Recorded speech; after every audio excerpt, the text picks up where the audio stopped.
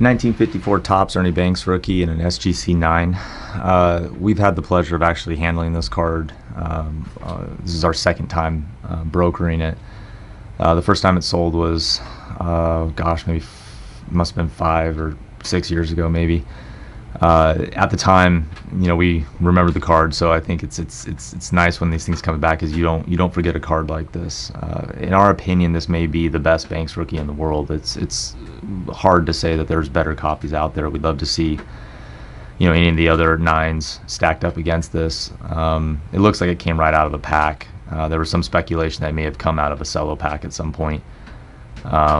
But it's just an immaculate example, truly immaculate. It's a recipient of our S eye appeal designation, which we don't really give out a lot of these designations for cards already graded so high. But when the when the cards deserve it, it's definitely worth mentioning. I think that this card could have graded a 9.5, and I don't think anybody would really question it. The card's just glistening. It's virtually perfect in almost every way.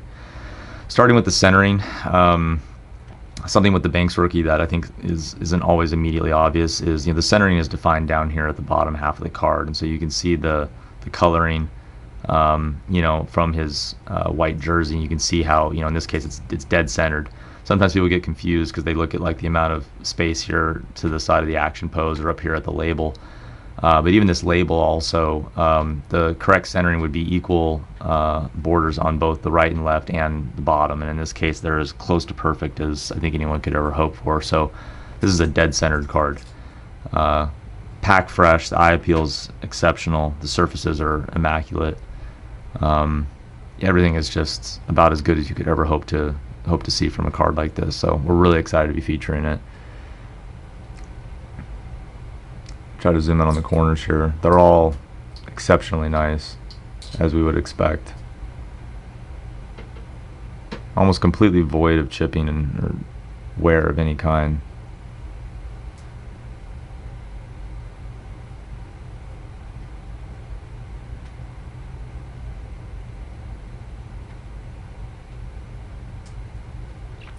The print is about as good as you're ever going to see. You got just a couple tiny flecks, but the white background is void of almost any snow imaginable.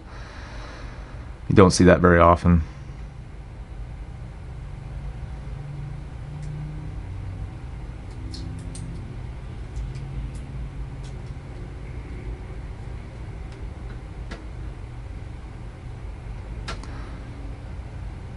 Just a subtle amount of chipping around the periphery on the back. This full bleed green, lends itself to a little bit more detail. A lot of this, I think, is done, almost through the manufacturing, the cutting of the card. You get this, very minor chipping around the edges, little chip at the top. But overall, it's about as fresh and clean as you see. So all told, I think from the front, it looks like a 10. I think that the card is about as perfect as you're ever really going to hope to find in a trading card that's now coming up on 65 years or so of age. It's just a special offering if you're in the market for these world-class blue chips from the sort of the diamond age of trading cards, the late 40s, 50s. This is one of these iconic rookie cards for which quality is very difficult to find. This is just a world-class example, and it comes highly recommended.